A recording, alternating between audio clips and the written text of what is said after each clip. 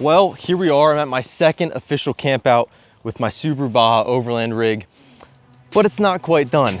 You know, I think my level might be slightly off.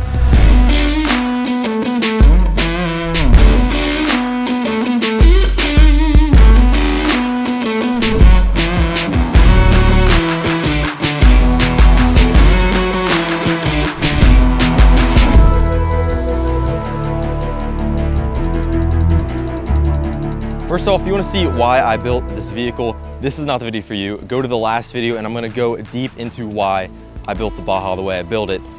But right now, we're going to just talk about specs and kind of what this vehicle is.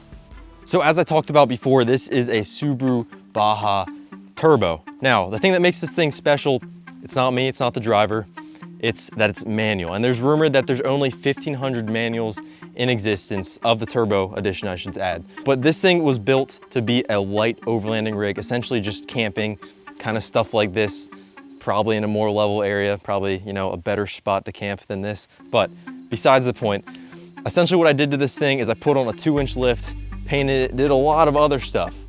But before we dive into that, let's kind of talk about what's under the hood, because there's some good stuff under there, trust me. Now, when I show you under the hood, I think you're gonna be a little bit disappointed.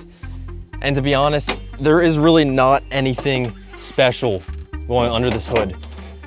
Besides the turbo, because we have 2 turbos in here. And what I mean by that is not compound turbos, but I had 2 turbos fail. So that is the only impressive thing under the hood. So I'm not even gonna show you that because there's really not anything interesting to talk about. Just some wires for my wiring, which we'll talk about later. But while we're up here, let's talk about up front. Here we have a matte black vinyl wrap on the hood on top of the matte forest green. Now technically it's not called forest green, the color. This is kind of a custom color. So it's not forest green, there's not an actual name to it, but that's just kind of what it's similar to. But yes, anyways, matte black vinyl. Now let's move on to the grille. This is one of my favorite parts of this Baja. I hate stock Subaru Baja grills. I don't know why. I had one and I was gonna try to make something and it didn't work out. But what I found was, give me a second, this is gonna take a little bit. Subaru Legacy BH5 BE5 option RF RB genuine B4. That's essentially what the title of this grill is called on eBay. It's essentially made for Subaru Legacy. It's called the BH5. Either way, good looking grill, love how it looks. Headlights, I actually have no clue what headlights these are. These are custom made. Somebody took apart the Baja headlights and put projector halos in and put black in the inside. That was not me. I bought the car like that. So again, not me, I have no clue. But the headlights, they do perform very well. And as we move on to more lights, because I am the average Overlander, I decided, you know what? Let's build a car that isn't built for like extreme off-road, but put extreme off-road lights on it. And that's exactly what I did. Stupidest decision of my life, but it happened. Either way, we have Diode Dynamics spots down here. This is just the sport version. It's considered the SSC2. It's just 2 LEDs in there. It does the job, it puts a spot out at distance. And my favorite lights on this thing are the Diode Dynamics SS3 SAE fogs. And this is the Pro model, so this is extreme output. And eventually I'm gonna make a video about the actual output of all of these lights on here. I'm not really gonna go deep in that in this video because normal people don't like specs about lights. I mean, let's be real. Anyways, let's move on.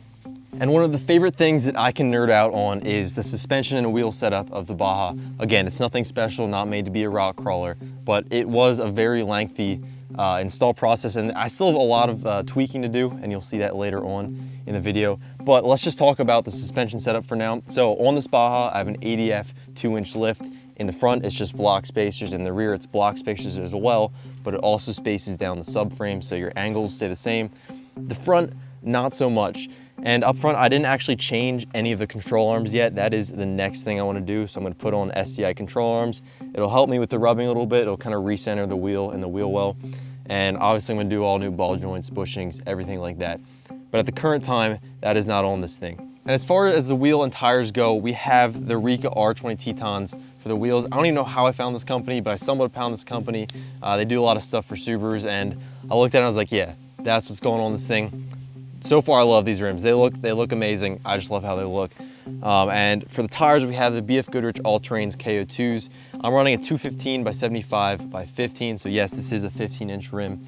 And it's technically would be considered a 27.7, 28ths, whatever you want to call it. So yes, not huge, but it is about an inch to an inch and a half larger than stock. So let's discuss the strut towers for the Baja. I essentially have 4 KYB struts along the whole Baja, and I was just recommended those by other Baja owners. They said that that worked the best for them, so I did that.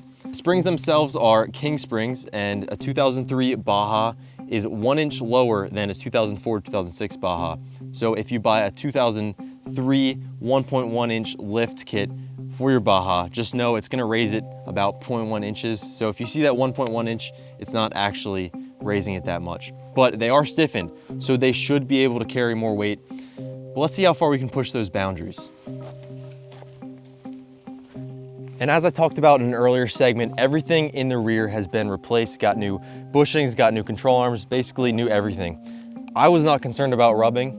All of a sudden I am concerned about rubbing. The front was rubbing and I kind of fixed that, and the SAI control arms will fix that even further. Back here though, on the way up to some of the recent trips I've been doing, on the road it's been rubbing, essentially with speed and going over just bumps. It just shoves it up into the wheel well and it hits the rocker, it rubs on that, rubs on the fender liner. A real pain in the butt. And as you can see, I am on a very, I shouldn't say extreme, but I'm on an angle here filming this video. And you can see just how much it has the potential to rub. And as I was pulling up here, I actually started ripping this quarter panel off down here. So we don't want that. I am going to trim this ASAP so that way we don't have this. And this issue essentially comes from the weight. It just comes from everything I have on here, from the rooftop tent to the roof rack to the decks I have in the back to the batteries to everything I'm hauling inside the vehicle. So yes, there's some things I can slim down on weight on, but I do see this as being a problem in the foreseeable future, especially when on off-road trails. But after I chop it, I don't see this issue happening again, since I will also get rid of some weight, so that combined with the chopping, I don't see that as an issue. But let's talk about some fun things. Let's talk about the roof rack. And this roof rack was made by a company called Exo Overland. They do a lot of Overland products, and this right here is the final prototype version. The guys over there helped me get this together. I kind of came to them and discussed what I wanted to see, and they brought it to life, and they had many great ideas along the way. So this is not for sale yet, but it will be in the future, and I will let you guys know when it's for sale and ready to go. I'm gonna have a video out about the roof rack in particular, so I'm not gonna go into all of the nitty-gritty details.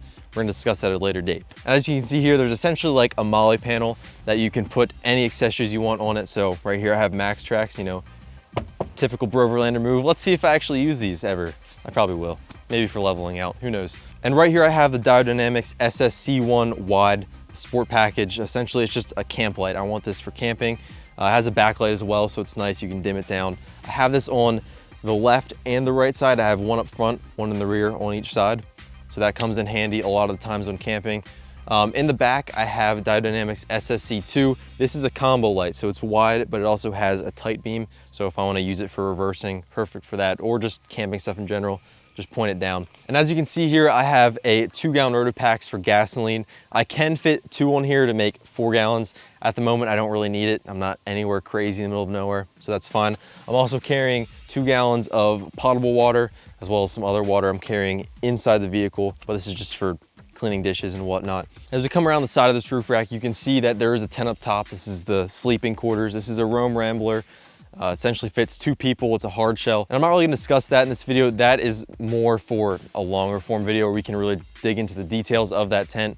But that tent you will see on and off this thing. Sometimes it'll be on, sometimes it will be off. And as we come to the front of the Baja, we have here 4 lights, 2 sets of lights. We have a Diodynamics SS3 Spot, and this is the Pro combo. So this thing is intense.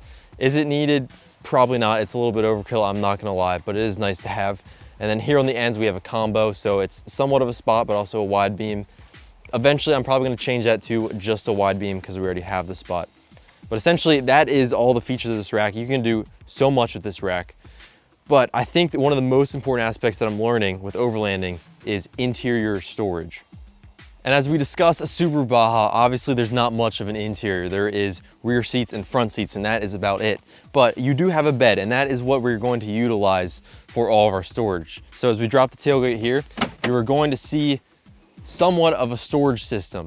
So you can see in the front, there's a deck, and I have 2 bins in each slot. and that's full of all of my cooking supplies, even food, because these are watertight containers, so you can store everything. I even have clothes in one of the containers. So this is just kind of my normal camping needs. And in the back, I have a larger deck. I wouldn't really call it a deck. They're basically 2 compartments. One compartment on the right holds a big battery. It's from Renogy. Essentially all my wires run into that compartment, and basically everything that I need off grid runs off that battery. So all my lights, I have deck lights in here, or bed lights, I should say.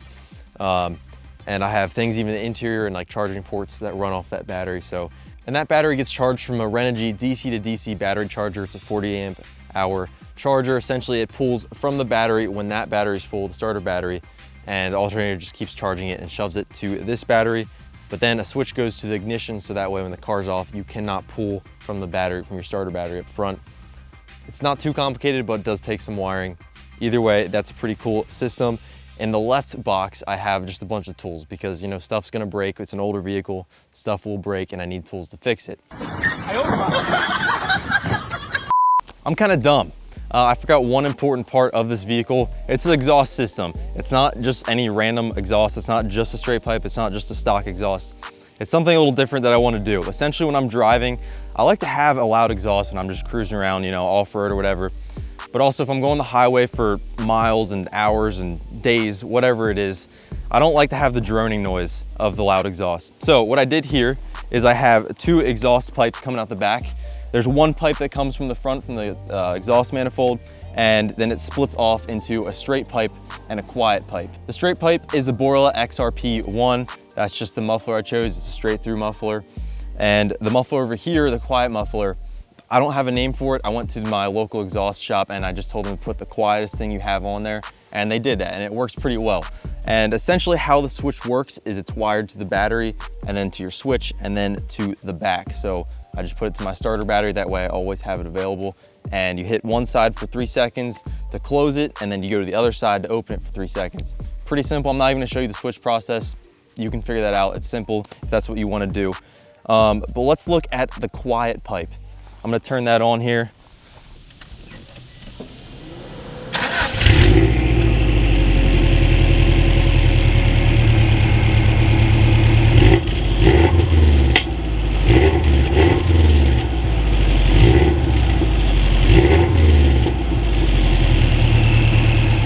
All right, so that was the quiet pipe, but now we're gonna use the straight pipe, and this is using the Doug's Headers exhaust cutout system. So pretty simple, let's have a listen.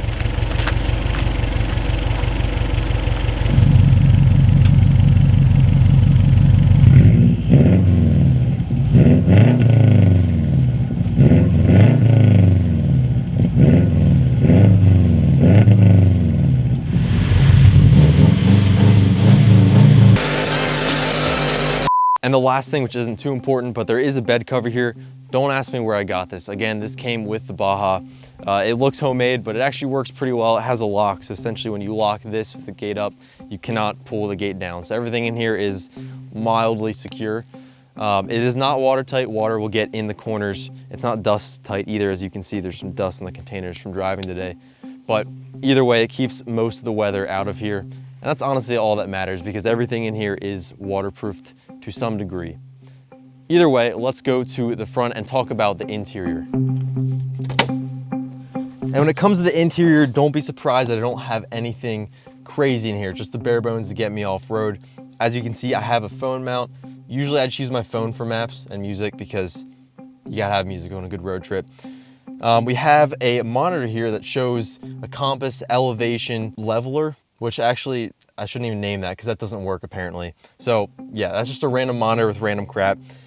We have a scan gauge too over here. This shows me miles per gallon, shows me temps, shows me all the random details of the car. Plugs right into the OBD2 scanner and just comes right from the computer, shows me everything I need to know to make sure that Baja is functioning properly. Now, the trim pieces, you can see they kind of look a little strange probably from your angle, but it's the topographic map. Back in the day, I used to do a lot of hydro dipping, so I decided to hydro dip the trim pieces in the topographic map. I thought it kind of looked cool because the trim was kind of trashed. So that covered that up. I also have over here, which you can't see and it doesn't really matter, I have a little battery gauge. So it shows me what the battery is like in the back, the percentage of the battery, and it shows me kind of what the voltage is at and how it's charging, all of those details. The other cool thing is this little light switch in here. I have all of my switches for my lights. So essentially the top two are the front two lights, the middle two are the side lights, right and left, and this back light is the back light. And then for the lights up front, under the headlights, or I should say beside the headlights and under, you have your spots and you have your fogs. Other than that, to charge the battery, the one important thing which I mentioned back there is the Renogy battery charger. It's a DC to DC 40 amp battery charger. And that is right here. This is actually on the seat bottom. The seat is folded up right now. We have all of our stuff in the back, all of our film gear. So yeah, don't look back there. It's kind of a mess. But this is on the middle of the seat. Since there is actually no fifth seat in Bajas, there's no seat belt, it's all plastic. Kind of use that space, put this battery charger in there because it needs to stay dry. And then the wires run out through the back. But essentially that is all that's in the interior. Again, nothing special. And it's just, you know, what I need to drive. So. And that is essentially it for the Baja overview. Now, if there's something that I missed or some small detail that you want to know, just put that down in the comments below and I will probably make a video about it or answer you back, one of the two. There's a lot of videos I'm working on right now with this car. I just finished it up, so there's gonna be some things probably changing in the near future. But yeah, stay tuned, hit the subscribe button, of course, you know, typical YouTuber things. Hit the like bell, whatever it's called. Do that, I don't really care, you don't have to. But anyways, I'm gonna be doing a ton more stuff with this thing. You're gonna see a lot of videos on the Baja. And yeah, all the trips this fall come up with this thing, but also with the FJ. A lot of good stuff happening. But yeah, thank you for watching. See you in the next one.